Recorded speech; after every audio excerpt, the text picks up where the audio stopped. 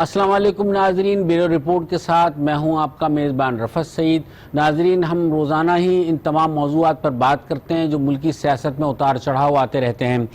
ملکی سیاست جو ہے وہ کراچی کے گرد بہت زیادہ گھوم رہی ہے، چاہے قومی اسمبلی ہو یا سندھ اسمبلی ہو، بعض گشت ایک ہی سنائی دیتی ہے کچرا، اور کچرے کے گرد یہ ساری سیاست گھوم رہی ہے، کچرے پہ ہی سیاست ہو رہی ہے۔ اور اب کراچی کے کچرے نے تو اتنی شہرت پائی کہ وہ قومی اسمبلی، صوبائی اسمبلی میں تذکرہ ہوتے ہوتے بین الاقوامی نشریاتی اداروں تک پہنچ گیا، اور وہاں بھی اسٹوریاں کراچی کے حوالے سے آتی رہیں۔ لیکن پھر گزشتہ روز آپ نے یہ بھی سنا ہوگا، یہ خوشگوار حیرت بھی سب کو ہوئی کہ پاکستان پیپلز پارٹی نے اب یہ کہا ہے کہ 1 ستمبر سے وہ ایک تحریک چلے گی صفائی کی، کراچی بالکل صاف ہو جائے گا۔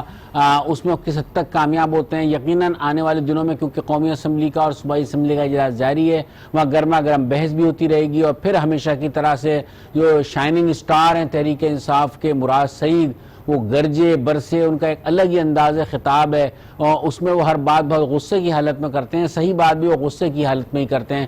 بہرحال آج پھر قادر پٹیل نے بھی اسی طریقے سے جواب دیے۔ تو ان تمام چیزوں کو لے کر ہم اپنے بیورو چیف سے بات کریں گے، اور اسی تناظر میں ہم نے ایک پیکج تیار کیا ہے، پہلے وہ پیکج دیکھتے ہیں، پھر ہم اپنی گفتگو کا آغاز کریں گے۔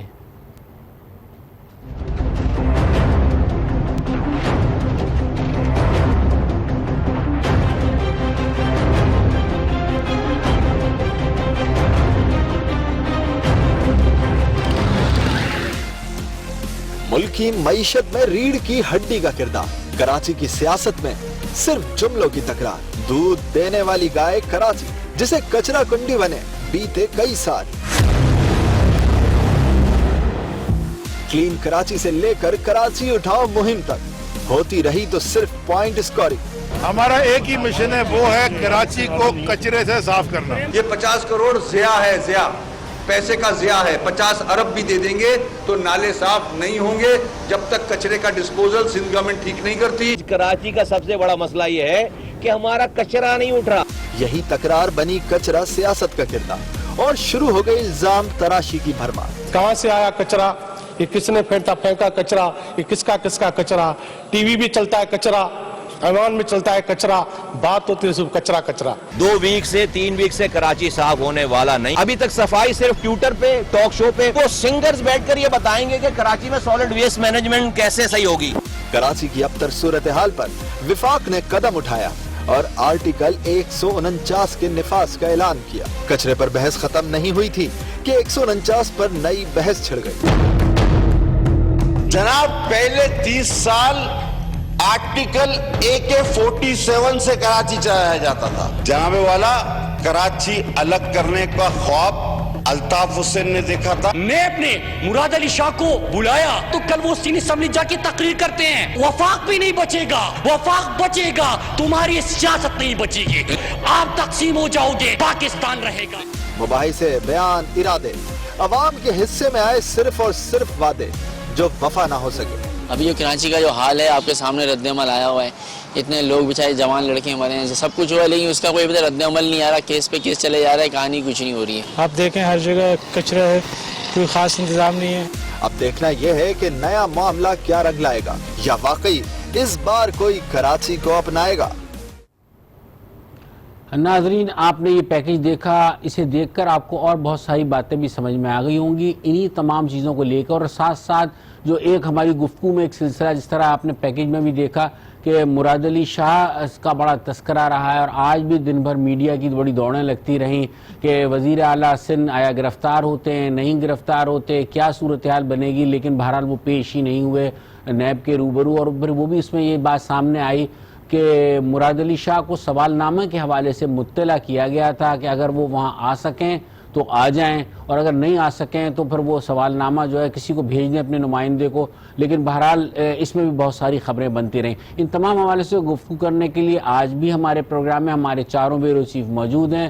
اسلام آباد سے موجود ہیں ہمارے ساتھ طارق چودھری، لاہور سے ہیں انوار ہاشمی، اور پشاور سے ہیں فرزانہ علی، اور کوئٹہ سے مجیب احمد۔ یہ چاروں ہمارے ساتھ ہوں گے، ان چاروں سے ہم بات کریں گے، اور یقیناً اس کراچی کے کچرے کی سیاست، پھر قومی اسمبلی میں باز گشت، ان تمام چیزوں پر ہم ان کی سیر حاصل گفتگو میں اس پہ کریں گے۔ طارق چودھری صاحب، پہلے میں آپ کی طرف آتا ہوں، آپ یہ بتائیے کہ ایک قومی اسمبلی میں آج جس طرح گرما گرم بحث ہوئی، جو قادر پٹیل نے جو ایک بات کی، وہی 149 کی بازگشت سنائی دیتی رہی، جس کی تشبیہ دی گئی کہ AK-47 آرٹیکل جو ہے وہ لاگو تھا، وہ MQM کے تناظر میں ایک بات کی انہوں نے، مراد سعید نے۔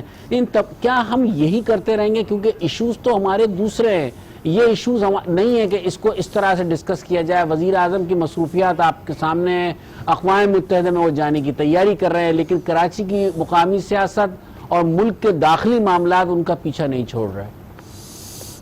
رفت، جب آپ کو یاد ہوگا یہ پارلیمنٹ بنی تھی تو ہم نے بہت دفعہ ڈسکشن کی کہ اس کی فارمیشن کچھ اس طرح کی ہے کہ تمام سٹیک ہولڈر جو ہیں، جو بڑی بڑی سیاسی جماعتیں ہیں، ایک تو جو ریلیٹیولی اسمالر پارٹیز ہیں، ان کے علاوہ سب کو کہیں نہ کہیں حصہ ملا تھا۔ تو خیال یہ تھا کہ جو جہاں پر حکومت میں ہے وہ حکومت بن کر حکومت چلائے گا، اور جو جہاں پر اپوزیشن میں ہے وہ اپوزیشن کا کردار ادا کرے گا۔ لیکن ہم نے دیکھا ہے گزشتہ ایک سال میں، بلکہ اب تو 1.25 سال ہو گیا، نیا پارلیمانی سال بھی شروع ہو گیا، کہ حکومت وہ چاہے وفاق میں ہو، وہ پنجاب میں ہو، سندھ میں، یا بلوچستان اور KP میں، حکومت اور اپوزیشن کے درمیان تعلقات ایک جیسے ہیں ہر جگہ پر۔ یعنی اگر پاکستان تحریک انصاف مرکز میں برسر اقتدار ہے تو یہاں مسلم لیگ نون اور پاکستان پیپلز پارٹی اپوزیشن میں ہے۔ یہاں ہر روز اجلاس میں جو ہوتا ہے، جس طرح سے ہنگامہ رہی ہوتی ہے، جس طرح سے احتجاج ہوتا ہے، وہ اب پورا ایک سال گزر گیا، ہر روز ایک نئی داستان جنم لیتی ہے۔ ابھی صدر صاحب کا خطاب تھا، اس روز جو کچھ ہوا آپ نے دیکھا، اور جس دن پہلا اجلاس ہوا، جس دن پرائم منسٹر آف پاکستان کا انتخاب ہونا تھا اور انہوں نے اعتماد کا ووٹ لیا، اس دن جو ہنگامہ رائی ہوئی تھی وہ بھی آپ کے ذہن میں ہوگی۔ پنجاب اسمبلی میں پنجاب اسمبلی کا اجلاس ہوتا ہے تو اپوزیشن جو ہے وہ باہر جو سیڑھیاں ہیں پنجاب اسمبلی کی، وہاں پر احتجاج کر رہی ہوتی ہے، اور احتجاج کس بات پہ ہوتا ہے؟ کبھی پروڈکشن آرڈر پہ ہوتا ہے، کبھی یہ ہوتا ہے کہ جیل میں کسی سے بدسلوکی کی جا رہی ہے، کبھی یہ ہوتا ہے کہ جیل میں کسی سے اچھا سلوک نہیں کیا جا رہا، کبھی جو ہے ڈھنگی پہ احتجاج ہو رہا ہوتا ہے، کبھی کسی اور ایشو پہ ہوتا ہے، کبھی اس بات پہ ہوتا ہے کہ جی سہولتیں جو ہیں عوام کو نہیں مل رہی ہیں یا سہولتیں وڈرا کی جا رہی ہیں۔ اب یہی کیفیت جو ہے وہ سندھ میں ہے۔ سندھ میں پاکستان پیپلز پارٹی، یعنی الٹ ہے، پاکستان پیپلز پارٹی حکومت کر رہی ہے اور وہاں پر پاکستان تحریک انصاف اپوزیشن میں ہے۔ تو اگر تحریک انصاف کی یہ توقع ہے کہ مرکز میں اپوزیشن اچھا رویہ اختیار کرے، کوآپریشن کرے، تو پھر سوال یہ پیدا ہوتا ہے کہ سندھ میں جہاں وہ اپوزیشن میں ہے وہ کیوں کوآپریشن کیوں نہیں کرتے؟ تو یہ ایک عجیب و غریب بات ہے۔ بنیادی وجہ یہ ہے اس کی کہ جو کتابیں ہیں رولز اینڈ پروسیجر کی، جب تک ان پر عمل درآمد نہ کیا گیا، جب تک اسمبلی کو اسمبلی نہ سمجھا گیا، اس وقت تک اسمبلی، وہ صوبائی اسمبلی ہو یا قومی ہو، ایسے چلتی رہے گی۔ دیکھیں جو کتابیں اور رولز اینڈ پروسیجر ہوتے ہیں وہ کوئی حرف آخر نہیں ہوتے، لیکن جو بھی ہوتے ہیں بہرحال اس کے پیچھے کوئی نہ کوئی وزڈم ہوتا ہے۔ اب اگر پروڈکشن آرڈر کا معاملہ ہے یا سیوک مسائل ہیں یا عوامی مسائل ہیں، اگر ان سب کو جو رولز میں پروسیجر میں طریقے دیے ہوئے ہیں، پوائنٹ آف آرڈر کے ذریعے، ایڈجرمنٹ موشن کے ذریعے، کٹ موشن کے ذریعے، اگر ان کو اٹھایا جائے تو میرا خیال ہے کہ معاملہ شاید اس لیکن طارق کوئی چیز میرے خیال میں رولز کے مطابق تو چل بھی نہیں رہی ہے۔ تھوڑا سا ہم انوالو کرتے ہیں انوار ہاشمی کو۔ ہاشمی صاحب، سندھ کی صورتحال آپ کے سامنے ہے، پنجاب میں بھی کوئی بہت صورتحال بہتر نہیں ہے۔ عثمان بزدار کی شکل میں جو وزیر اعلیٰ ہیں اس وقت وہ موجود ہیں، اور جس قسم کی باتیں سامنے آ رہی ہیں، کچھ کہا یہ جا رہا ہے کہ لاہور بھی اب کراچی بنتا جا رہا ہے، کچرے کا معاملہ ہو یا کسی چیز کا ہی معاملہ ہو۔ آپ یہ بتائیے کہ آخر سندھ میں پیپلز پارٹی کو اتنا فوکس کیوں کیا جا رہا ہے؟ اور مطلب کیا ایسا مسئلہ ہے؟ لگتا ہے ایسا ہے کہ بساط لپیٹنے کی بہت زیادہ جلدی ہے تحریک انصاف کو، اور وہ چاہتے ہیں کہ چاروں صوبوں میں ان کی حکومت بن جائے، چاہے ان سے بھی نہ پنجاب سنبھل رہا ہے نہ KP کے اس طرح سے سنبھل رہا ہے، بلوچستان میں تو خیر ہے ہی حکومت ملا جلا کر بنی ہوئی ہے۔ دیکھیں رفعت صاحب، بنیادی طور پہ ایک دفعہ پھر عوام جو ہے ووٹ دے کے جہاں انہوں نے غلط فیصلے کیے ہیں یا جہاں درست فیصلے کرنے کی کوشش کی ہے، پسنے کی طرف جا رہے ہیں۔ اب دیکھیں میں لنک کرتا ہوں، ہم 5 بیرو بیٹھے ہوئے ہیں، جرنلسٹ بیٹھے ہوئے ہیں، ہمیں بھی جس طرف لگا دیا جاتا ہے ہم اس طرف لگ پڑتے ہیں کہ آج فلاں کی فلاں سے لڑائی ہوئی ہے، مراد سعید جو ہے فلاں سے ٹکرا گئے ہیں، کوئی نہیں بتائے گا کہ سندھ اسمبلی میں پہلے پارلیمانی سال میں 3,500 مختلف محکموں کے سوالات جمع کروائے گئے ہیں اور اس میں سے 90% جو جوابات ہیں وہ سیکریٹریٹ میں ایڈریس ہی نہیں کیے گئے، جو عوام سے متعلقہ تھے، عوامی مسائل سے متعلقہ تھے، اس کی طرف کوئی نہیں آئے گا۔ مراد سعید 31 سالہ نوجوان ہے، میں پنجاب کی طرف اور سندھ کی طرف یہ جو ہے نا آنا چاہ رہا ہوں۔ مراد سعید 31-32 سالہ نوجوان ہے، وہ پی ٹی آئی کا چہرہ ہے، اسے کپتان بھی پسند کرتے ہیں، اور وہ کن کو چیلنج کرتا ہے؟ 66 سے 70 سال کے خورشید شاہ کو چیلنج کرتا ہے، آصف علی زرداری کو چیلنج کرتا ہے، نواز شریف کو چیلنج کرتا ہے، جتنے بزرگ سیاستدان ہیں اس کا لب و لہجہ دیکھ لیں اور پی ٹی آئی کا آپ انداز دیکھ لیں کہ ان کی آنے والی پی ٹی آئی کی اپنی جمہوریت کس ڈگر جائے گی۔ آپ تو پی ٹی آئی کے وعدوں کی یہ صورتحال ہو گئی ہے، وہ کیوں پیپلز پارٹی کو چیلنج کرتے، اس کی طرف آتا ہوں کہ اب تو شیخ رشید کا نجومی پن ہی فیل ہو گیا ہے کہ وہ اندازے لگانے بھی اس شیخ رشید کے لیے مشکل ہو گئے ہیں جو پچھلے دور میں کوئی اندازے لگا لیا کرتے تھے، یعنی کہ وہ اتنا ان ایکسپیکٹڈ جو فیصلے کرتے ہیں پی ٹی آئی والے۔ اب آپ دیکھ لیں، اسی طرف لنک کرتا ہوں اپنے پنجاب کے ساتھ، آپ کے کچرے کو ایک سائڈ پہ کر دیتا ہوں۔ پنجاب کی طرف دیکھیں کہ عوام کو کس طرح بے وقوف بنایا جا رہا ہے۔ کراچی سے ہٹ کے پنڈی اور لاہور اور ارد گرد کے علاقوں میں ڈینگی جو اس وقت عروج پہ ہے۔ ڈینگی میرے جیسے عام بندے کو بھی یاد ہے کہ جون جولائی میں اویئرنیس دی جاتی ہے اور اس سے اگلے مہینے جو ہے اس پہ سپرے کیے جاتے ہیں۔ آج لاہور میں اور پنجاب میں اویئرنیس شروع کی گئی ہے، جب ڈینگی کے یہ آخری 2 مہینے ہیں جو لوگوں کو جو ہے ڈنگ مار رہے ہیں اور ڈیتھس ہو رہی ہیں اور ہسپتال بھرتے جا رہے ہیں۔ یہ صورتحال ہے اس بزدار انتظامیہ کی۔ اسی طرح آپ کچرے کی صورتحال بھی دیکھ لیں کہ 11 سال کا کچرا ہم سے اب کیوں ہائی لائٹ کروایا جا رہا ہے، 11 سال میں ہم نے اس انداز میں ہائی لائٹ کیوں نہیں کیا؟ کون بتائے گا؟ آخری موقع دیں مجھے، کون بتائے گا کہ سندھ، پنجاب اور دیگر صوبوں میں جو گراسری ہے وہ 31% ایوریج بڑھ چکی ہے۔ دودھ جو 100 روپیہ تھا اقتدار سنبھالتے اس حکومت کے، وہ 135 کا ڈبہ ملتا ہے۔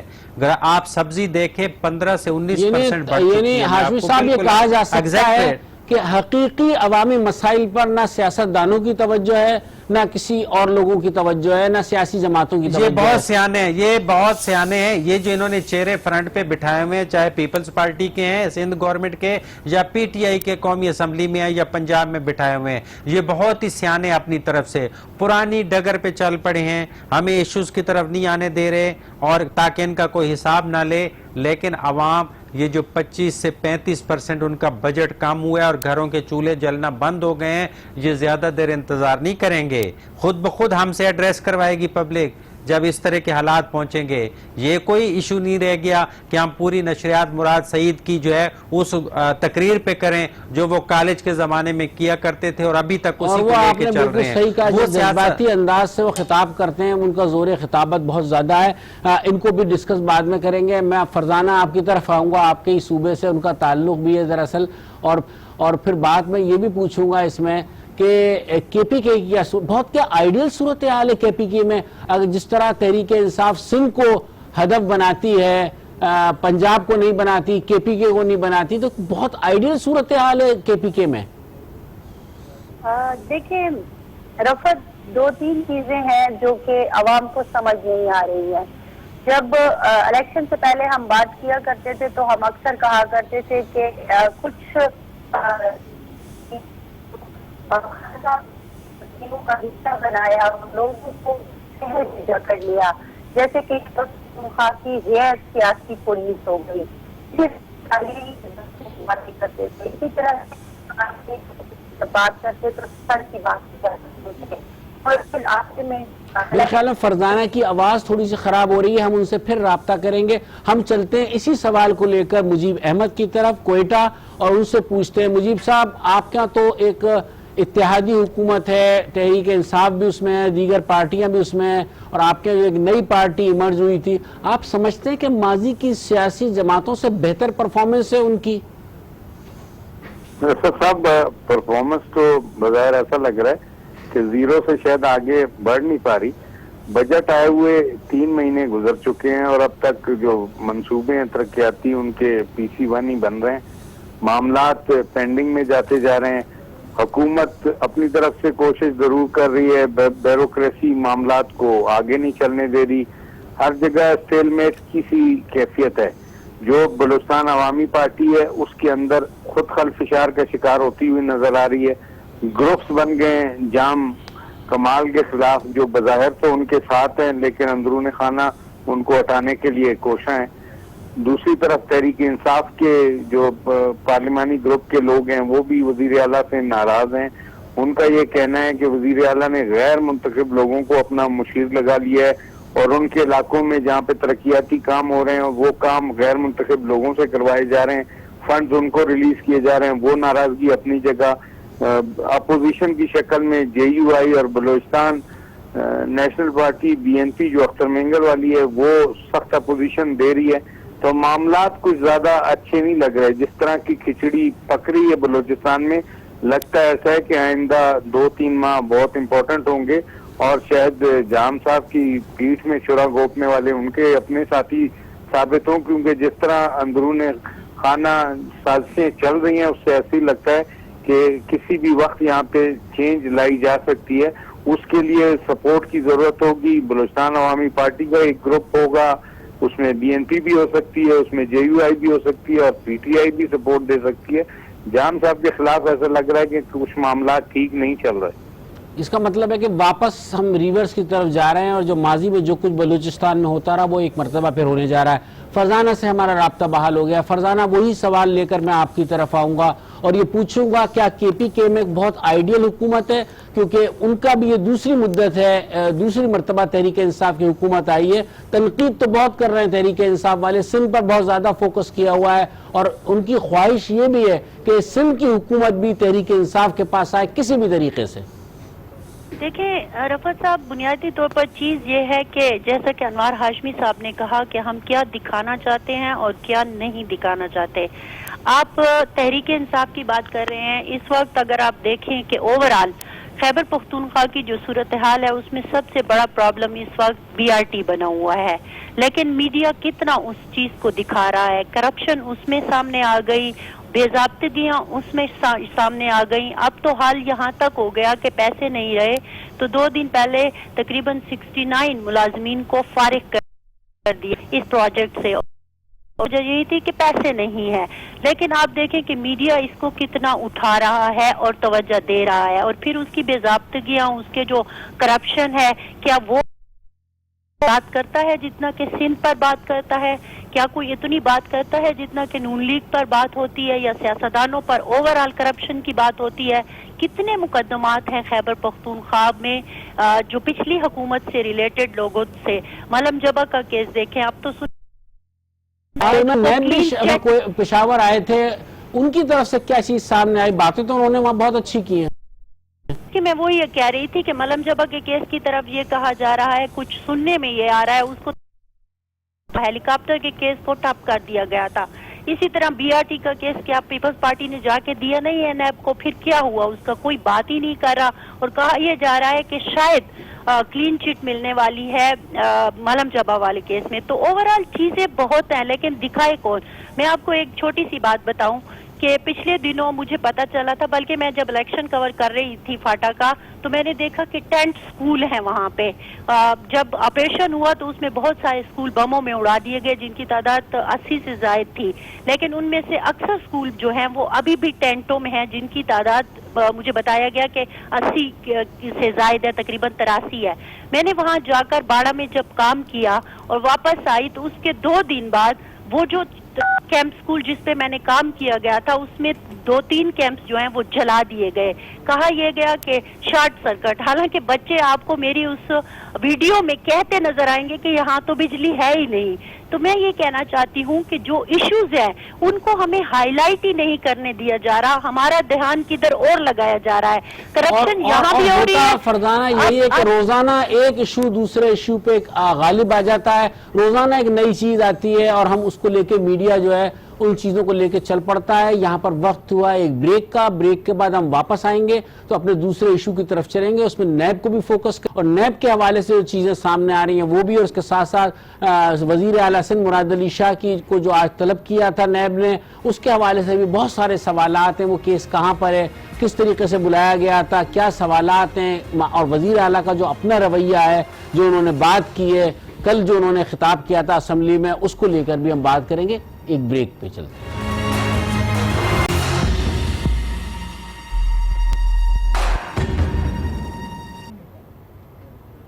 ویلکم بیک ناظرین. بیورو رپورٹ میں ایک مرتبہ پھر ہم حاضر ہیں. ہمارے پروگرام کا سلسلہ جاری ہے. ہمارے چاروں بیورو چیف ہمارے ساتھ ہیں.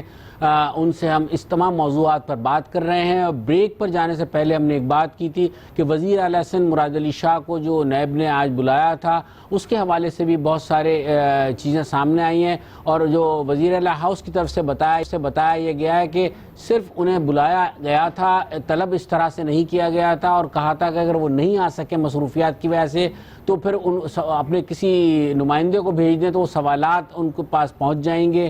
کیونکہ آج وزیر اعلیٰ سندھ نے, آپ دیکھیں کہ صبح سے میڈیا جو ہے ایک ہائپ بنی ہوئی تھی کہ شاید آج وزیر اعلیٰ سندھ مراد علی شاہ گرفتار ہو جائیں گے, کیونکہ نیب نے طلب کر رکھا ہے, ڈی ایس سی انجینز لگی ہوئی تھی وہاں پر, اور مسلسل لوگ فالو کر رہے تھے. لیکن وزیر اعلیٰ سندھ دمبا گوٹ پہنچے, وہاں انہوں نے امریکی سفیر اور امریکی کونسل جنرل کے ساتھ ایک اسکول کا افتتاح کیا, اور وہاں جب ان سے سوال کیا تو انہوں نے بغیر سب سے پہلے یہی بات کہی کہ میں نیب نہیں جا رہا. اور اس کے بعد پھر وہاں سے نکلنے کے بعد وہ ایک مقامی ہوٹل میں ایک تقریب میں آئے, تو آج وہ سارا دن زیادہ مصروف رہے. انہوں نے اپنی مصروفیات بتائیں لیکن وہ وہاں پیش نہیں ہوئے, اور اس کو لے کر جو کل انہوں نے اسمبلی میں تقریر کی تھی تو اس پر بھی بہت باتیں ہو رہی تھیں کہ ان کا جو رویہ تھا بہت سخت تھا. اور میرے خیال میں لگتا یہی ہے کہ ذہنی طور سے وہ پوری طرح سے تیار ہیں کہ ان کے ساتھ کچھ بھی ہو سکتا ہے. اور وزیر اعظم عمران خان کا ایک بیان سامنے آ چکا ہے کہ وہ کوئی رعایت نہیں برتیں گے, تو آنے والے دنوں میں یقیناً کوئی نہ کوئی اہم گرفتاری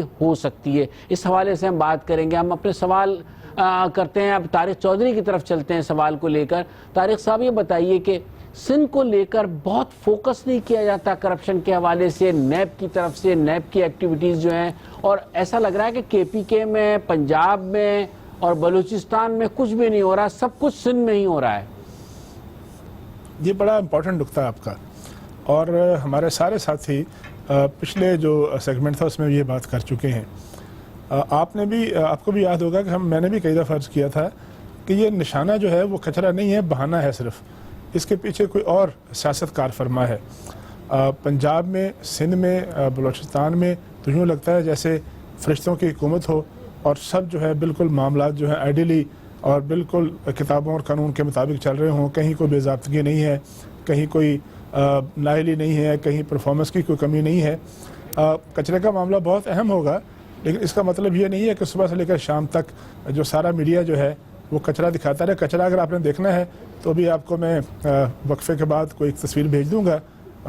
ہمارے ایک بہت اہم جو بلڈنگ ہے, اہم ترین بلڈنگ ہے یہاں اسلام آباد میں, آج آپ نے دیکھا ہوگا سوشل میڈیا پہ تصویریں, اس میں کچرے کے ڈھیر کس طرح لگے ہوئے ہیں. اسلام آباد میں, پنڈی میں, لاہور میں, پشاور میں, جگہ جگہ ہر طرح کا کچرا بھی ہے, ہر طرح کی جو ہے وہ اچھی بری پرفارمنس بھی ہے, لیکن فوکس جو ہے وہ صرف سندھ ہے.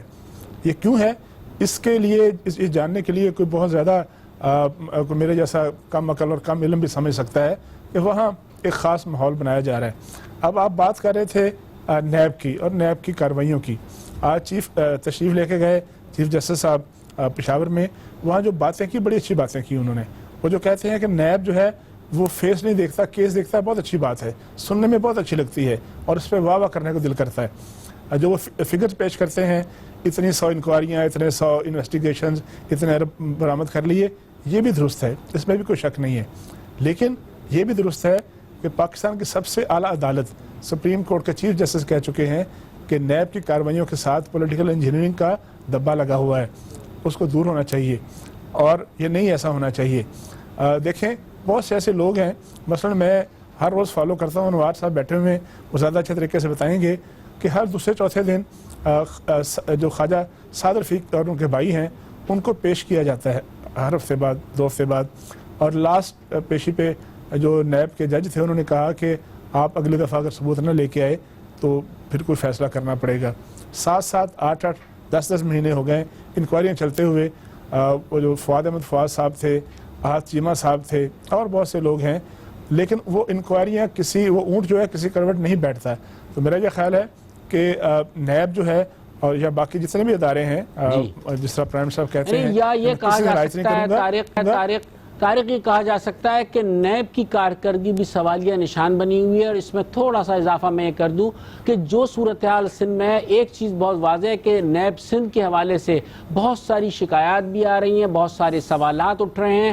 نیب کے افسران سرکاری دفاتروں میں جاتے ہیں, وہاں پر ان افسران کو جو ہے وہ ان سے بات کی جاتی ہے, انہیں نوٹسز دیے جاتے ہیں, اس کے بعد پھر اپنے کام لے کر وہ نیب افسران جاتے ہیں اور انہی سے کام کرواتے ہیں. خاص طور سے جو کے ایم سی ہے, کے ڈی اے ہے, سندھ بلڈنگ کنٹرول اتھارٹی ہے, یہاں پر جو بڑے زرخیز محکمے ہیں, وہاں جا کر نیب کے افسران اپنے کام کرواتے ہیں. اور اسی کام میں جو ہے وہ اینٹی کرپشن کا محکمہ بھی شامل ہو گیا ہے, وہ بھی اسی ڈگر پہ چل پڑا ہے. تو پھر احتساب کیسے ہوگا؟ جی انوار ہاشمی آپ کہیں. ایک بات صرف ایڈ کروں گا کہ یہ جو شکایت ہیں کہ نیب سے جو بیوروکریسی کو شکایت ہیں, نیب سے جو بزنس مینوں کو شکایت ہے, ان شکایات کی باز گشت تو ایک دفعہ نہیں, 2 دفعہ نہیں, کئی دفعہ وفاقی کابینہ کے اجلاس میں سنائی دی گئی. اور یہ شکایت اور یہ باز گشت کسی اور سے نہیں, پرائم منسٹر آف پاکستان کی زبان سے سنی گئی کہ اس کی وجہ سے کام متاثر ہو رہا ہے. اسی کا تو شاخسانہ ہے کہ اس کے بعد اب روز آپ سنتے ہوں گے کہ ایک پیکج تیار ہو رہا ہے کہ نیب کے قوانین جو ہے اس میں کس طرح سے ان کو بہتر کرنا ہے, ان میں کمی کرنی ہے, اس میں کس طرح سے بزنس مین اور جو بیوروکریسی ہے اس کو اس میں ایگزمپٹ کرنا ہے یا اس کو کس طریقے سے نکالنا ہے. تو یہ اسی وجہ سے تو ہے کہ ہمارے ذمہ دار ترین لوگ جو ہیں وہ سمجھتے ہیں کہ نیب کی کاروائیوں کی وجہ سے ریکوری بہت ہوئی ہے, بہت سے لوگ گرفتار بھی ہوئے ہوں گے, لیکن ایک خاص اس کا جو اینگل ہے, پولیٹیکل اینگل ہے, اس کی وجہ سے شکایت ہے. اور اسی شکایت کی وجہ سے تو میرا خیال ہے یہ ساری جو تبدیلیاں اس کے قوانین میں, اس کے اختیارات میں تبدیلی کی جو بات ہو رہی تھی, اسی کی وجہ سے, اسی پس منظر یہی ہے اس کا. جی انوار ہاشمی آپ کیا کہیں گے؟ پنجاب کی صورتحال بھی کیا ایسی ہے؟ بالکل رفعت صاحب, دیکھیں سارا نیب ڈیپینڈ کر رہا تھا, حکومت ڈیپینڈ کر رہی تھی, تقریباً 70% کی جو ریکوری ہوگی وہ پنجاب کے لیڈروں سے ہوگی اور باقی جو بیوروکریٹس ہیں یا بزنس مین ہیں. عمران خان کپتان جو ہے پہلے تو ہر ہفتے ایک ہدایت جاری کر دیا کرتے تھے نیب کو, اب انہوں نے وہ ہدایت دینی بھی ترک کر دی ہے, بلکہ شاید وہ کہتے ہوں گے کہ اب آپ کو اللہ ہی ہدایت کرے. یعنی کہ ان کو ایک تھیوری دی گئی تھی کہ جیسی حکومت سنبھالیں گے, تقریباً 7 لیڈروں کے نام بتائے گئے تھے کہ ایوریج 7 کھرب روپے ایک لیڈر سے نکلیں گے اور اس سے ہماری حکومت کی مشینری چل پڑے گی. جب جلد بازی میں انہوں نے سپیڈ لگائی تھی تو ساتھیوں نے مشورہ دیا تھا کہ نہیں ابھی سر کسی کچھ دوست ممالک سے مانگ لیں, یہ اتنے جلدی ریکوری نہیں ہونے والی. پھر اس کے بعد اگلی سٹیج میں بات پڑھا رہا ہوں, کہا گیا کہ ابھی آئی ایم ایف سے بھی کچھ مانگ لو, ابھی نیب سے اتنی ریکوری نہیں ہو رہی جو آپ سمجھ رہے ہیں کہ اتنے کھرب روپے مل جائیں گے. اب یہ سارے جب مراحل گزر گئے تو اب آپ دیکھیں گے کہ جیسے طارق صاحب نے کہا ہے کہ کتنے مہینوں سے ان کو کبھی جوڈیشل کر دیا جاتا ہے, کبھی جو ہے وہ فزیکل ریمانڈ دے دیا جاتا ہے, اور انہی حالات میں سے علیم خان جیسے لوگ جو ہے وہ دودھ میں سے بال کی طرح نکل کر باہر جو ہے وہ گھوم رہے ہیں. تو نیب کی کریڈیبلٹی آپ کے سامنے جو ہے وہ نظر آ رہی ہے. کیوں کریڈیبلٹی کا اندازہ لگا رہے ہیں کہ پورے ملک میں یہ افواہیں چل رہی ہیں کہ اب جیل میں کون ملاقاتیں کر رہا ہے, ڈیل کس سے کون کر رہا ہے, تو نیب کی حیثیت کیا رہ گئی ہے؟ وزیر اعظم نے تو کل بھی ایک بات کہی ہے کہ کوئی ڈیل نہیں, بار بار ان کا ایک ہی موقف ہے, ڈیل نہیں ہوگی چاہے کچھ بھی کر لو. بالکل سمجھ گیا ہوں, بالکل آپ صحیح کہہ رہے ہیں, کوئی ڈیل نہ عمران خان سے کرے گا, نہ عمران خان کے پاس اس طرح کی پلی بارگیننگ اور ڈیل کے کوئی اختیارات ہیں, اس لیے وہ اپنی جگہ ٹھیک ہیں.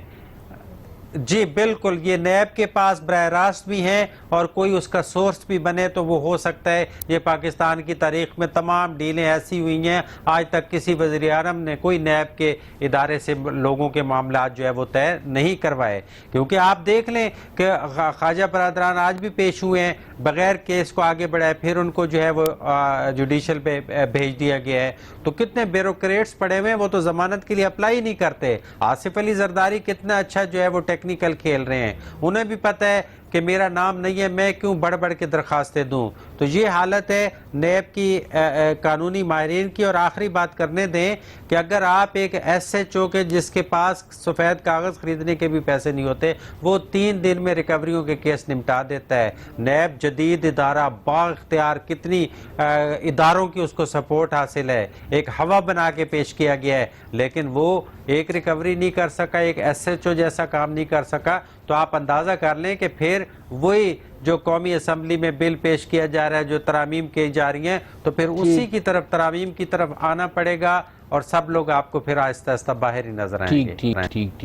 چلتے ہیں فرزانہ علی کی طرف. فرزانہ یہ بتائیے کہ کل جو وزیر اعلیٰ سندھ کا ایک بیان تھا اسمبلی میں، اور انہوں نے بڑے خاصے جذباتی انداز میں، پرجوش انداز میں کہا تھا کہ پھر وفاق بھی نہیں بچے گا. تو یہ اس کا مطلب آپ کیا سمجھتی ہیں کہ کیا کوئی سیاست میں پھر کوئی نئی مطلب کیوں کہی یہ بات انہوں نے، جبکہ وہ خود نیب کے نرغے میں؟ دیکھیں، جو ماحول اس وقت بن رہا ہے اس میں یہ چیزیں تو دونوں طرف سے آ رہی ہیں کہ کوئی کیا بیان دے رہا ہے، کوئی کیا بیان دے رہا ہے. ایک چیز اور میں پوچھ لوں، کیا ٹکراؤ کی طرف ہم جا رہے ہیں؟ دیکھیں، ٹکراؤ کا سلسلہ تو دیکھیں نا یہی ہے نا کہ جس طرح کی بیان بازی ایوانوں میں ہو رہی ہے، اسمبلی فلورز پہ ہو رہی ہے، انہوں نے جس طرح سے کہا اور مراد سعید نے آج جس طرح سے بیان دے دیا، پھر اس سے پہلے اگر آپ دیکھیں تو بلاول صاحب نے کہا کہ سندھ دیش کی بات کر دی. تو دیکھیں جس طرح سے سیاست دانوں کو اور کچھ خاص سیاستدانوں کو، کچھ تو آب زمزم سے، وہ جیسے اس نے کہا نا کہ آب زمزم سے نہ آئے ہوئے ایک طرف بیٹھے ہوئے ہیں، تو یہ تو پاک اور پوتر لوگ ہیں، اور اس طرف سارے کا سارا گند ہے جس کو کہ ابھی شاید دھونے کی یا اس سے کچھ نچوڑنے کی کوشش کی جا رہی ہے. تو جب پولیٹیکل آپ کہیں انجینئرنگ ہوگی، پھر اس کے بعد اس طرح کی انجینئرنگ ہوگی، تو پھر اس کے بعد اسی طرح کے بیانوں کا ہی سامنا کرنا پڑے گا. اب مولانا فضل الرحمان صاحب کے ارادے دیکھیں، وہ کیا سوچ کر باہر آ رہے ہیں اور کیا کرنے جا رہے ہیں. پھر ان کے ساتھ جو پتہ نہیں کون کون کھڑا ہوگا، ابھی تک تو معاملات طے نہیں ہو رہے ہیں. لیکن بظاہر فرزانہ ایسا نہیں لگتا کہ مولانا کے ساتھ ابھی کوئی کھڑا ہوا نظر نہیں آ رہا، نہ پیپلز پارٹی نہ نون لیگ کوئی حتمی فیصلہ نہیں کر پا رہے ہیں؟ اس کی وجہ کیا ہے؟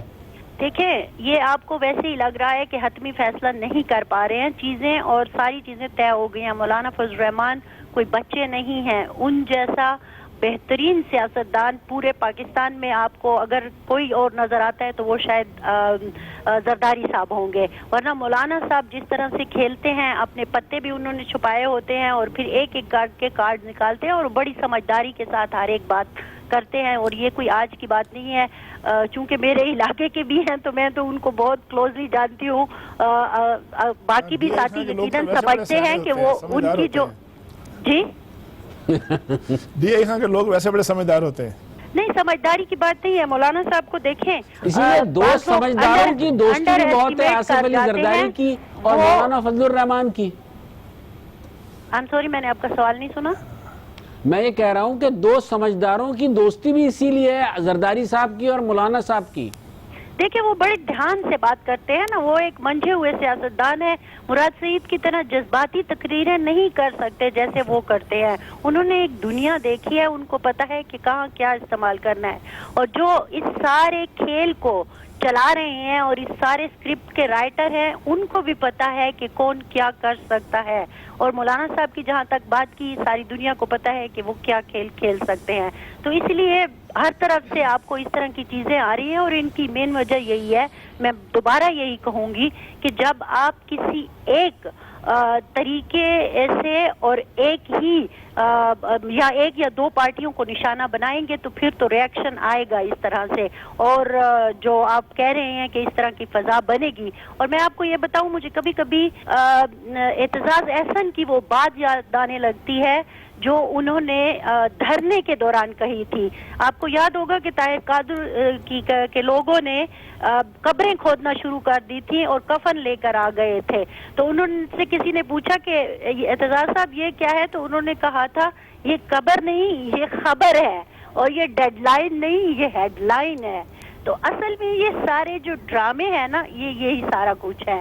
باقی تو آپ کو پتا ہے کہ جو ہو رہا ہے اس ملک میں. چلے اب تھوڑا مجیب کی طرف بھی ہم آتے ہیں اور مجیب سے پوچھیں گے کہ مجیب صاحب، کیا آپ کو یہ لگ رہا ہے کہ مولانا جس ڈگر پہ چل رہے ہیں، جو وہ ایک دھرنے کی بعد ایک مارچ کی بعد جو وہ کر رہے ہیں کیا وہ اپنے مقصد میں کامیاب ہو سکیں گے؟ کیونکہ بلوچستان میں ان کی جماعت کا خاصا اثر و نفوذ بھی ہے اور وہ ایگزسٹ بہت زیادہ بہتر انداز میں کرتے ہیں اور ساتھ جی رفت صاحب بلوچستان سے ذکر کیا تو نیب کا ذکر کرتا چلوں کہ بلوچستان میں بھی نیب کا وجود اچنبے کی بات ہے، کوئی خاص نظر نہیں آ رہا. یہاں پہ میگا کرپشن سکینڈل ہوا، 65 کروڑ روپے ایک سیکٹری کے گھر سے نکل آئے، وہ کیس بھی سرد خانے میں ہے، اس کا کوئی فیصلہ ہو کے نہیں دے رہا. 2 سابق وزراء کے خلاف انکوائریاں پینڈنگ ہیں، وہ رکی ہوئی ہیں. 23 کے قریب سابق منسٹرز بیوروکریٹس ہیں، ان کی انکوائریاں بھی رکی ہوئی ہیں. معاملات کچھ آگے ان کے بڑھ نہیں رہے اس طرف سے. دوسرا آپ نے JUI کا ذکر کیا، مولانا فضل الرحمان ایسا تنہا شاید وہ نہیں کر رہے، ان کو بہرحال کہیں نہ کہیں سے کوئی سپورٹ آ رہی ہے، کوئی غیبی امداد ان کے ساتھ ہے جو وہ اس حد تک چلے گئے ہیں. بلوچستان میں ان کی جماعت 10 سیٹوں کے ساتھ اچھی اپوزیشن کر رہی ہے، لیکن مجھے ایسا محسوس ہوتا ہے کہ وہ بلوچستان سے ان کو پوری سپورٹ تو مل ہی رہی ہے، لیکن وہ شاید بلوچستان کی حکومت میں حصہ لینے میں بھی کامیاب ہو جائیں گے آئندہ آنے والے وقتوں میں، جیسے وہ ماضی میں لیتے رہے. اور یہ جو دھرنا اور لاک ڈاؤن کا انہوں نے بات کی ہے، اس کے پیچھے بظاہر ایسا لگتا ہے ان کی اپنی پارٹی بھی اس پہ متفق ہے کہ ان کے پیچھے شاید کچھ غیبی امداد موجود ہے اور وہ اس کے ذریعے حکومت کو ایک ٹف ٹائم دینے کی پوزیشن میں بہرحال ہیں. اچھا مجھے بھی یہ بتائیے کہ ہم اتنے ان معاملات میں الجھے ہوئے ہیں، کبھی ہم کراچی کے کچرے پہ بات ہوتی ہے، کبھی نیب کی آ جاتی ہے، کبھی ہم اس پہ پرفارمنس پہ بات کرنے لگتے ہیں. جو اس وقت صورتحال ملک کی ہے، اطراف میں خطے کی صورتحال ہے، سعودی عرب کا معاملہ آپ دیکھ لیجئے جو نیا ابھی تیل کی تنصیبات پر حملوں کے بعد ہوا ہے، مشرق وسطیٰ کی جو صورتحال ہے، اس سب کا امپیکٹ ہمارے اوپر ضرور آئے گا.